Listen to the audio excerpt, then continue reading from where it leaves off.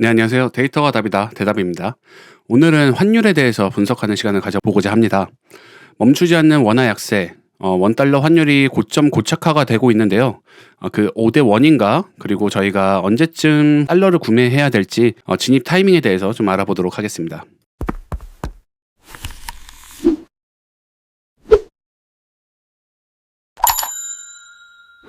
네.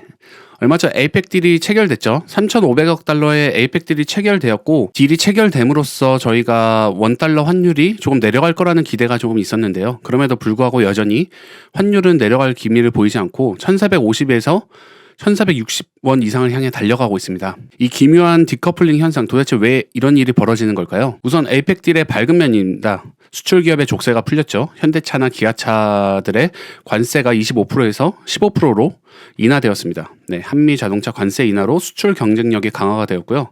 어두운 면은 10년짜리 달러 수요라는 청구서가 저희에게 날아왔습니다. 2천억 규모를 저희는 현금 투자로 해야 되고요. 10년의 장기 투자를 하기 때문에 연간 200억 달러의 분할 납부를 해야 됩니다. 이렇기 때문에 장기간 외화 자금 조달 압박 요인이 될 수가 있겠죠. 그리고 결정적으로 저희는 통화 스워프가 이번에 포함될 거라 예상했는데 통화 스워프가 포함되지 않았습니다. 그렇기 때문에 원화 방어 시스템 부재로 외화 조달 리스크가 증가되었습니다. 네, 그러면 5가지 이유들 하나하나씩 저희 둘러보도록 하겠습니다. 첫 번째 이유입니다. 킹달러의 귀환과 연준의 신중함. 글로벌 경제 위축과 안전자산 선호 현상으로 인해 미국 달러의 가치가 상승했습니다. 미국 연방준비제도는 통화정책에 있어 신중한 접근을 유지하고 있으며 이는 한미 금리 격차를 확대시키는 주요 요인으로 작용하고 있습니다. 아무래도 돈은 이자를 적게 주는 곳에서 많이 주는 곳으로 흐르죠. 그렇기 때문에 한국에서 지금 미국으로 흐르고 있습니다. 미국 연준이 금리를 인하했지만 여전히 1.5포인트라는 거대한 금리 차이가 달러 선호 현상을 부추기고 있고요. 파월 의장의 최근의 신중한 접근 예고는 킹달러를 더 강하게 만들고 있습니다.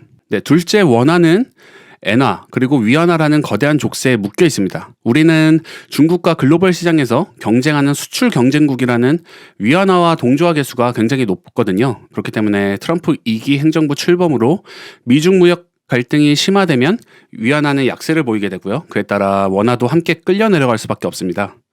게다가 최근에 중국은 달러 패거제 포기를 검토까지 하고 있어 위안화 절하 가능성을 높이고 있습니다.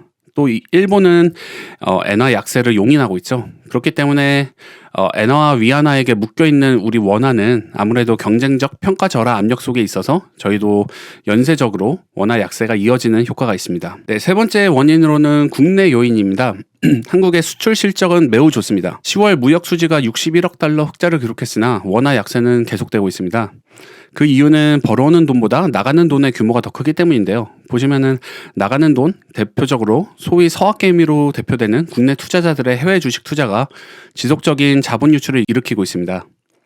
무역 흑자와 자본 유출의 불균형을 보시면은 무역 수지 흑자보다 오히려 해외 주식 순매수 68억 달러가 더 큽니다. 그렇기 때문에 연누적 기준으로 해외 주식 순매수액은 470억 달러에 달하며 이는 하나의 일종의 문화로 자리 잡았죠. 미국 주식에 투자하자. 한국 주식보다는 미국 주식이다. 라면서 대부분의 많은 투자자들이 미국 주식을 선호하기 때문에 이는 지속적인 원화 약세의 주요 원인입니다. 네, 그다음 네 번째입니다. 네, 에이펙딜의 구조적 달러 수요입니다. 앞서도 말씀드리긴 했지만 에이펙딜은 단순한 일회성 거래가 아니라 향후 10년 이상 지속될 장기적인 달러 수요를 창출합니다. 이는 마치 한국 경제가 짊어져야 할 장기 부채와 같은 성격을 띠고 있고요. 매년 200억 달러씩 투자를 해야 하기 때문에 총 2천억 달러를 10년에 걸쳐 저희가 투자를 해야 되죠. 그렇기 때문에 달러 수요는 지속적으로 발생시키고 있습니다. 10년 이상 지속되는 장기 계약이고요. 스와프의 부재의 영향에 따라서 심리적 안전장치가 없는 상황에서 외환시장은 이 장기적 달러 수요를 환율에 선제적으로 반영하고 있다라고 볼 수 있겠습니다. 다섯 번째 요인입니다. 미국 고용 악화로 인한 위험회피 심리와 달러 강세의 역설입니다.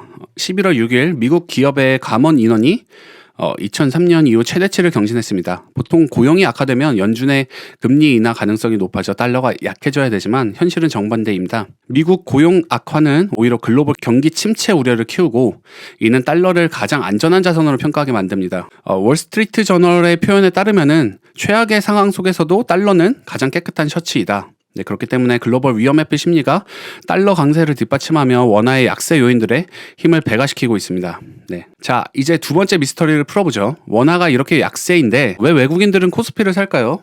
10월에만 5.2조 원을 매수하면서 코스피 신기록을 이끌었거든요. 이 모순의 비밀은 크게 세 가지가 있습니다. 첫 번째 비밀입니다. 코리아 랠리가 아니라 AI 랠리입니다. 코스피 상승률 대비해서 삼성전자 그리고 SK 하이닉스의 성장률을 보시면 훨씬 더 가파른 것을 저희가 볼 수 있고요. 외국인 투자자들은 한국을 AI 기술 공급망의 핵심 파트너로 인식하고 환율 변동성보다 실적에 집중하고 있습니다. 네, 그렇기 때문에 그들은 한국을 사는 게 아니라 AI를 사고 있다라고 볼 수 있겠습니다. 네, 제2의 역설인데요. 원화가 이렇게 약세인데 외국인들은 왜 코스피를 살까요? 바로 삼성전자, 하이닉스와 같은 수출 기업에게 원화 약세는 독이 아니라 오히려 보약입니다. 물건값을 이렇게 달러로 받게 되면은 그 비용은 달러로 받고 원화로 쓰게 되니까 환율이 오르면 이익이 저절로 늘어나는 환차익 효과가 발생하게 되죠. 그렇기 때문에 삼성전자나 하이닉스 같은 기업들의 순이익은 오히려 증가하는 효과가 발생합니다. 그래서 외국인 투자들의 논리에 따르면 외국인들은 원화가 약하기 때문에 수출 기업의 이익이 증가할 것이라고 보고 오히려 반도체 주식을 더욱더 많이 매수하는 겁니다. 원달러 환율 10% 상승 시 수출 기업의 영업이익 증가 효과가 15에서 20% 정도 이익 증가 효과가 있다고 합니다. 그렇기 때문에 이들은 환율이 높아지네? 그러면은 전자와 하이닉스의 이익은 더 높아질 테니까 좀 더 사도 되겠다라면서 이 둘을 더 담고 있는 거죠. 네, 세 번째 비밀입니다. 매직 넘버 1450원과 현재 위기 상황. 보시면은 1450원을 저희는 환차손의 임계점이라고 보고 있습니다. 약한 원화, 강한 증시의 공조에도 한계가 있는데요. 외국인 입장에서는 주가 상승분보다 환율 하락분, 즉 환차손이 더 커지면 견딜 수가 없습니다.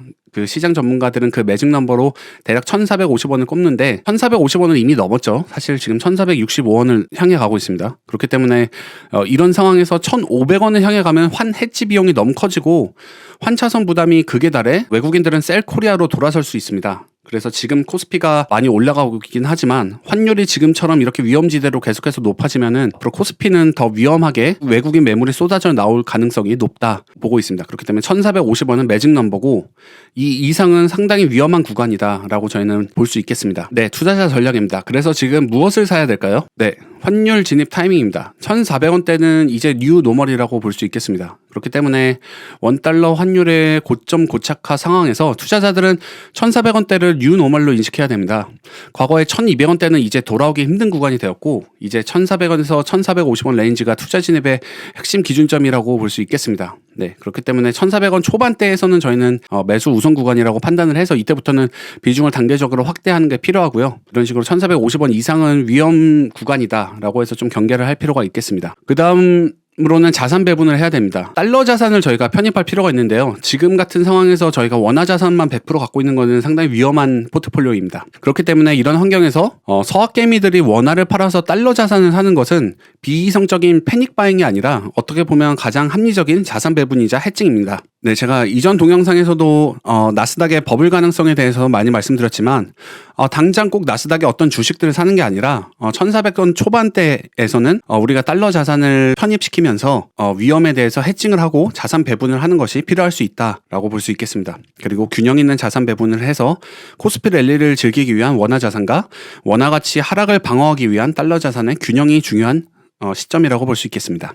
투자자 조언 두 번째입니다. 섹터별 옥석을 가려야 됩니다. 이런 식으로 위너, 반도체, 그리고 자동차 영역이 있고요. 그리고 좋지 않은 섹터들이 있습니다. 지금 이 고환율 시대에 어떤 섹터들을 매수하고 어떤 섹터들은 매수하지 말아야 될지 이런 것들에 대해서 저희는 옥석을 가려야 될 시기입니다. 첫 번째는 당연히 반도체겠죠. 삼성전자와 하이닉스와 같은 AI 성장 그리고 환율 부스트의 쌍끌이 엔진을 갖고 있는 삼성전자와 하이닉스는 기회가 되면은 어느 정도 담고 같이 가시는 게 좋을 수 있겠습니다. 두 번째는 자동차입니다. 현대차와 기아와 같이 반도체 스토리는 이미 시장이 알고 있지만 에이펙발 관세 15% 인하는 이제 막 새롭게 시작된 촉매제입니다. 그동안 관세 불확실성 때문에 주가가 눌려 있었지만 이제 그 족쇄가 풀렸습니다. 25%에서 15%의 관세 인하는 이제 막 시장에 반영되기 시작한 새로운 성장 동력이라고 보시면 됩니다. 그리고 환율 효과가 있죠. 수출 마진이 개선되고 일렉트릭 비클과 소프트웨어 전환의 수혜를 받아서 신차 모멘텀 그리고 생산, 판매 믹스 개선으로 추가 성장 가능성이 높습니다. 네, 루저라고 표현을 했지만 어쨌든 조금 피해야 할 주식들로는 항공주가 있겠습니다. 원화 약세는 항공사의 이중고입니다. 막대한 달러 부채와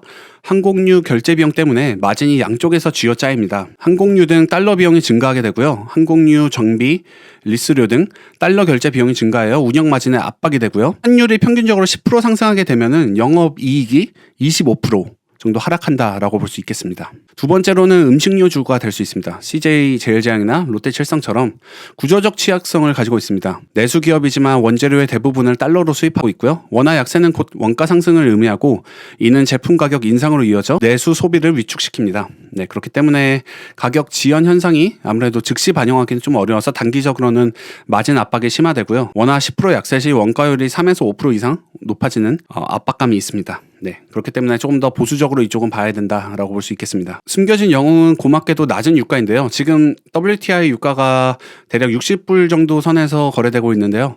원화 약세 환경에서도 유가가 이 정도 박스권에서 안정적으로 유지되고 있는 것은 국내 경제의 숨겨진 영웅 역할을 하고 있습니다. 에너지 의존도가 높은 한국 경제의 저유가는 중요한 완충 역할을 하게 됩니다. 물류나 화학, 포장 비용이 조금 완화되고요. 그리고 유가 급등 리스크가 낮아집니다. 저희가 그럼 마지막으로 현실적으로 환율을 1,400원대에 매수할 수 있는 시기는 언제쯤이 될 수 있을까? 대략적으로 예측을 해보면 현실적으로는 2026년 말 그리고 2027년 중반에서 1350에서 1400원 정도에서 매수가 가능하지 않을까라고 보고 있습니다. 1350에서 1400은 핵심 밴드가 될 수 있겠고요. 확률은 대략 50에서 60% 정도입니다. 타임라인은 대략 26년 하반기에서 연준이 점진적으로 금리를 계속해서 인하를 하고요. 그리고 인플레 둔화도 재확인하게 되면서 우리와 금리가 어느 정도 맞닿아졌을 때 이때쯤이면 이제 환율이 1400원 이하로 내려올 수가 있겠고요. 여러 가지 촉매제들이 될 수 있겠죠. 서학개미의 자본 유출 속도가 둔화되는 것들이 있을 수 있겠습니다. 이때쯤이면 미국 시장 버블 조정에 따른 달러 수요가 완화가 될 수도 있겠고요. 그리고 에이펙 투자 집행이 좀 더 본격화돼서 시장의 제도적 그리고 심리적으로 이제 적응하게 되면은 이제 달러의 지금 고환율이 더 내려갈 수가 있겠습니다. 체크리스트는 물가 둔화가 지속되어야 되고요. 그리고 실업 악화의 급격한 리스크는 제한적으로 될 때 가능할 수 있겠다. 그리고 지정학적 변동성이 완화되고요. 급등성 원자재나 그리고 유가 리스크가 제한되는 것들 이러한 조건들이 좀 필요할 수 있습니다. 투자 액션으로는 환율 1,400원 중후반 그리고 1,400원대 초반에서 진입해서 분할 매수해서 저희는 달러를 갖고 있는 게 필요할 수 있겠죠. 네, 마지막으로 시장은 혼란스러운 것이 아니라 새로운 규칙에 따라 그 누구보다 명민하게 움직이고 있습니다. 여러분의 투자 전략도 그만큼 명민해야 할 때입니다. 지금까지 환율에 대해 알아보았습니다. 데이터가 답이다. 대답이었습니다. 감사합니다.